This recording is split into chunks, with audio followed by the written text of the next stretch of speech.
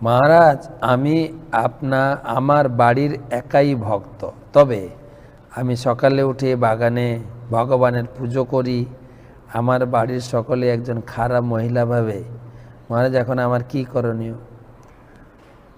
হ্যাঁ, তারা খারাপ মনে করতে পারে, কিন্তু আপনি কাউকে খারাপ ভাববেন না। আপনি সকলের সঙ্গে ভালো ব্যবহার করবেন, সকলের সঙ্গে মিলেমিশে চলবেন এবং সেই সঙ্গে ভগবানকে ভক্তি করতে হবে। শিল প্রভুপাদ বলেছেন, ভগবানের ভক্ত খানিকটা বেশ্যার মতো। বেশ্যা নারী যেরকম নিজের স্বামীকে ঠিক রেখে পরপুরুষে মন রাখে, ঠিক সেই রকম ভগবানকে ভক্তি করতে গেলে বাড়ির সকলকে সম্মান, তাদের যা প্রয়োজন, আপনার যা কর্তব্য, সব ঠিক রেখে তবে ভগবানকে ভক্তি করবেন।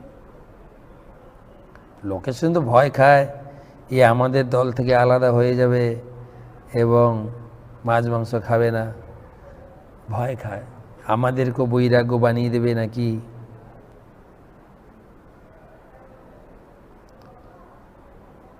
টুম্পা দাস,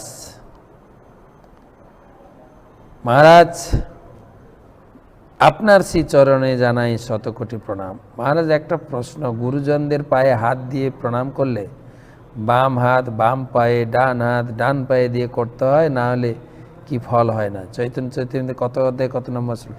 এরকম ডিটেলস নেই।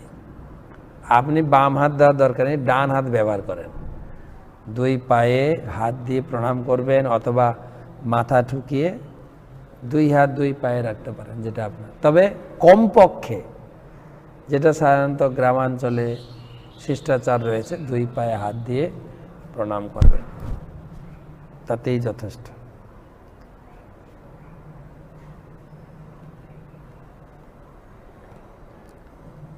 পরবর্তী প্রশ্ন,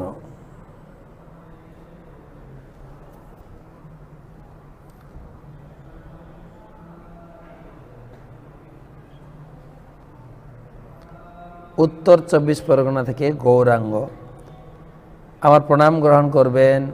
মহারাজ, অধমের অপরাধ ক্ষমা করবেন। আমার প্রশ্নটা হলো, গীতা পড়ার পর মাহাত্ম্য না পড়লে কি গীতা পড়ার ফল পাওয়া যায় না? কৃপা করে বুঝিয়ে বলবেন। প্রশ্ন হচ্ছে, ফলটা কি? গীতা পড়ব ভগবানের সন্তুষ্টি বিধানের জন্য, গীতা পড়ব আমার কর্তব্য জেনে, আমি একজন হিন্দু, আমি গীতা পড়ব, এটাই যথেষ্ট। ফল হচ্ছে ভগবানকে সন্তুষ্ট করা। তো সেই জন্য গীতা মাহাত্ম্যতে অনেক রকম ফল বলা হয়েছে, যে তুমি পাপ থেকে মুক্ত হবে, তুমি স্বর্গে যাবে, এগুলো হচ্ছে ফল। তো গীতা মাহাত্ম্য পড়লেও আপনি ফল পাবেন, না পড়লেও ফল পাবেন।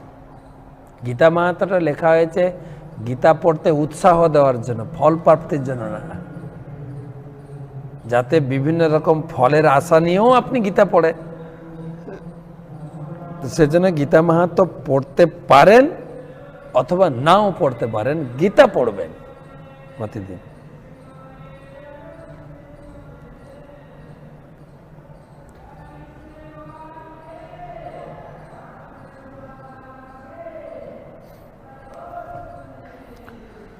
বহরমপুর থেকে মধুশ্রী, বাড়িতে কৃষ্ণ। মহারাজ, আমার প্রশ্ন, বাড়িতে কৃষ্ণ বিগ্রহ পূজা করতে পারবো?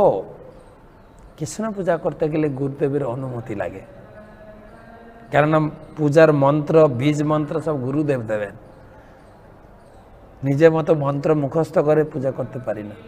আপনি অভ্যাস করতে পারেন, সব কিছু অভ্যাস করতে পারেন, তারপর গুরুদেবের কাছে দীক্ষা নিয়ে, মন্ত্র নিয়ে পূর্ণ পরিমাণে ভগবানের সেবায় যুক্ত হতে পারেন।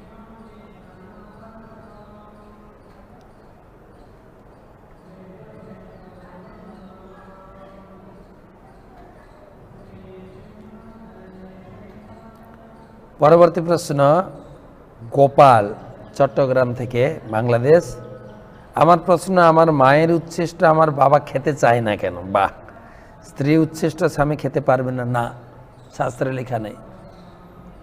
শাস্ত্রে লেখা আছে স্বামীর উচ্ছিষ্ট স্ত্রী খাবেন, তাকে সতী নারী বলে। কেবল স্বামীর প্রতি তার ভক্তি। আর সাধারণত শিষ্টাচার বিচারে, গোপাল, আপনি আমার উচ্ছিষ্ট বা গুরুদেবের উচ্ছিষ্ট আপনি খেতে পারেন, আপনি কি আপনি কি সাহস করবেন আপনার উচ্ছিষ্ট আমাকে দিতে? বলুন না। এটা সম্মান, তিনি বড়, তিনি আমার শ্রদ্ধেয়, তিনি আমার পূজনীয় স্বামী দেবতা।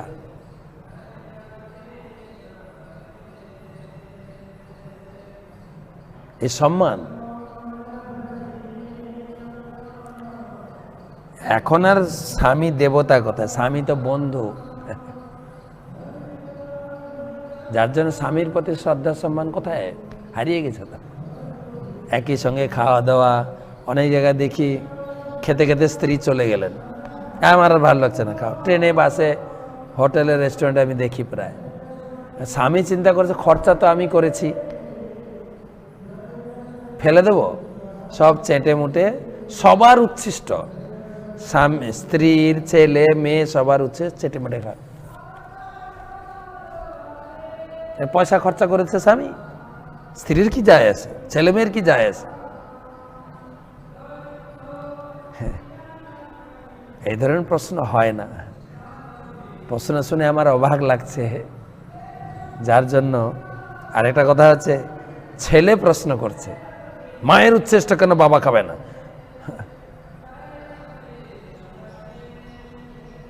আমি জানি না মায়ের কি উত্তর। মা কি এটা জানতে চাইছেন, না জোর করে বাবাকে, স্বামীকে নিজের উচ্ছিষ্ট খাওয়াতে বাধ্য করছেন?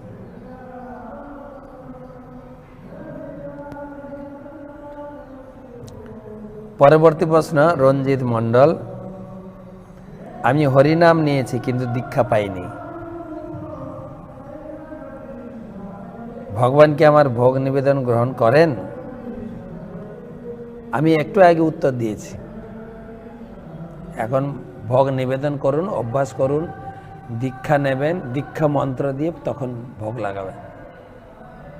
দীক্ষা যেভাবে ভোগ লাগাচ্ছেন ভোগ লাগান এবং দীক্ষা নেওয়ার জন্য প্রস্তুতি হন।